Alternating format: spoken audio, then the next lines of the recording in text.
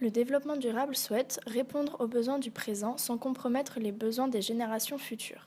Nous sommes dans un système de croissance expansive et produisons toujours plus et ne prenons donc pas en compte la préservation de l'environnement. La France a donc mis en place des solutions afin de répondre aux besoins du développement durable. Tout d'abord, des normes ont été créées.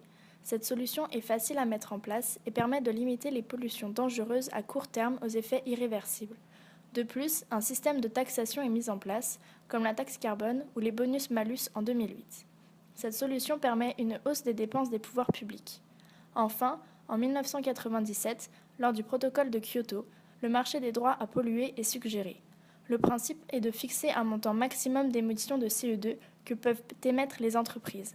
L'État répartit cette pollution en différentes parts et les attribue à chaque entreprise.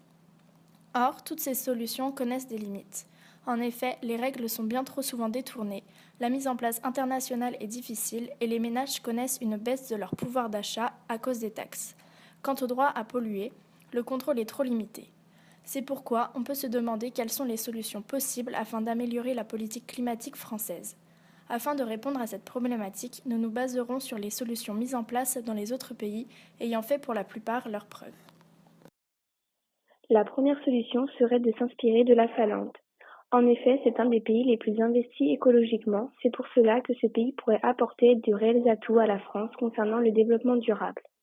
La Finlande a pour objet de construire une des premières autoroutes vertes du monde sur 130 km pour relier Turku sur la côte ouest à Vallimaa du côté de la frontière russe.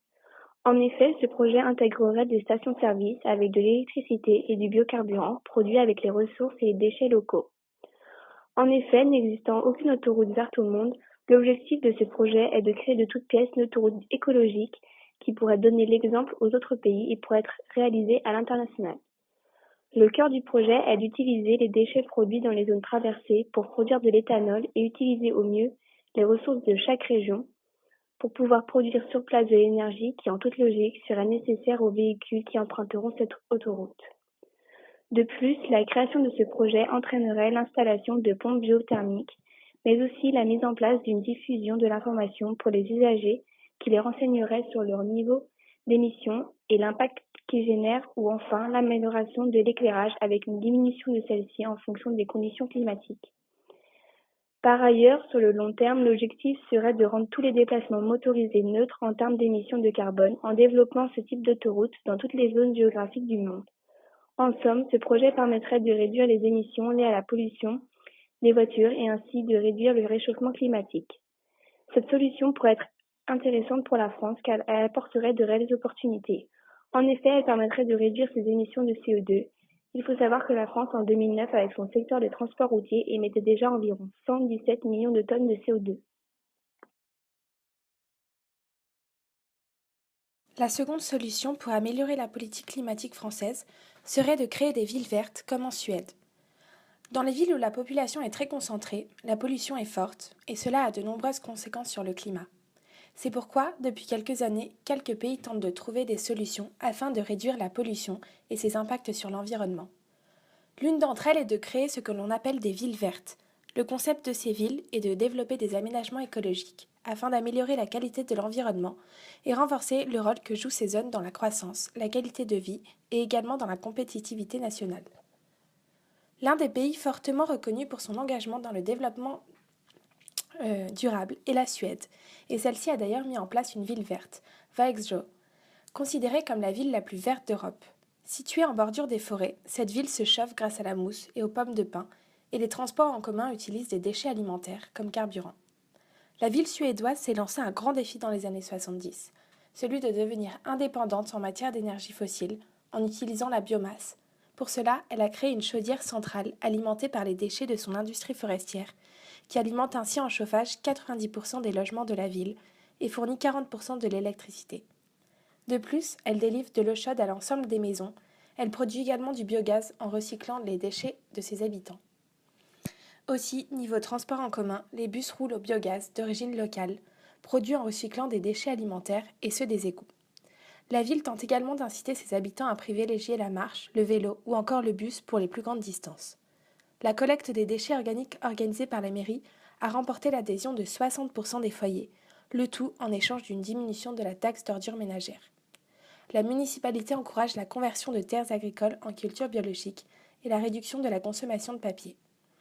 Selon plusieurs personnes engagées dans la protection de l'environnement, Vaexjo est bien parti pour qu'en 2030 soit atteint l'objectif à 80%. La France n'a pas encore développé ce type de ville. Cependant, ce modèle suédois semble être un modèle dont elle pourrait s'inspirer. En effet, selon l'Inventaire forestier national, la forêt en France métropolitaine couvre 16,3 millions d'hectares. Cela correspond à 29,7% du territoire, ce qui lui permettrait donc de créer une ville, voire plusieurs, vertes, basées sur le même concept que Vaexjo. Le Costa Rica est un pays qui vit de l'agriculture et du tourisme. En effet, il ne dispose que de très peu d'industrie. On compte 24,3% de culture et de plantations dans tout le pays.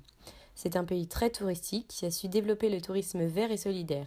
Il est même le leader du tourisme éco-responsable. C'est le principal poste économique du pays, avant l'agriculture, qui a connu une crise dans les années 80.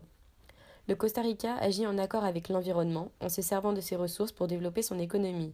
En 2009, il a été élu destination écotouristique après son projet Viaje Limpio, qui signifie voyage propre. Il a également mis en place des réseaux de développement de tourisme communautaire et rural, comme des suggestions de visites basées sur le tourisme vert, en organisant des rencontres avec des ethnies amérindiennes, par exemple, ou encore des visites de sanctuaires ou de culture biologique. Certaines visites ont même été labellisées. Il y a le label écotourisme, c'est-à-dire la visite d'un lieu ayant adopté des politiques de sauvegarde de la population et des ressources naturelles, ou encore le label tourisme durable, c'est-à-dire qu'une partie du prix de la visite est reversée à une fondation en besoin. Certains hôtels se sont aussi engagés dans la CST, certification pour un tourisme durable, afin de parfaire l'image de tourisme éco-responsable. De surcroît, on ne retrouve pas d'urbanisation massive des littoraux, comme on le retrouverait dans certains pays d'Amérique du Sud. Ces actions permettent alors de développer l'économie du pays. Par exemple, en 2005, le tourisme a permis d'augmenter le PIB de 8%, mais aussi de promouvoir le patrimoine du pays tout en le protégeant. Sachant que la France est la première destination touristique mondiale, il paraît judicieux de s'inspirer du tourisme du Costa Rica afin de modifier le tourisme français actuel en s'appuyant sur le tourisme vert. Cela permettrait de limiter la pollution, de promouvoir le patrimoine, mais aussi de développer l'économie française sur la base du respect de l'environnement. Nous avons donc vu que pour pallier aux faiblesses des solutions mises en place par la France, elle pourrait s'inspirer de celles existant dans d'autres pays et qui ont fait leurs preuves, comme la mise en place d'autoroutes vertes en Finlande, mais aussi les villes vertes en Suède ou encore le tourisme vert au Costa Rica.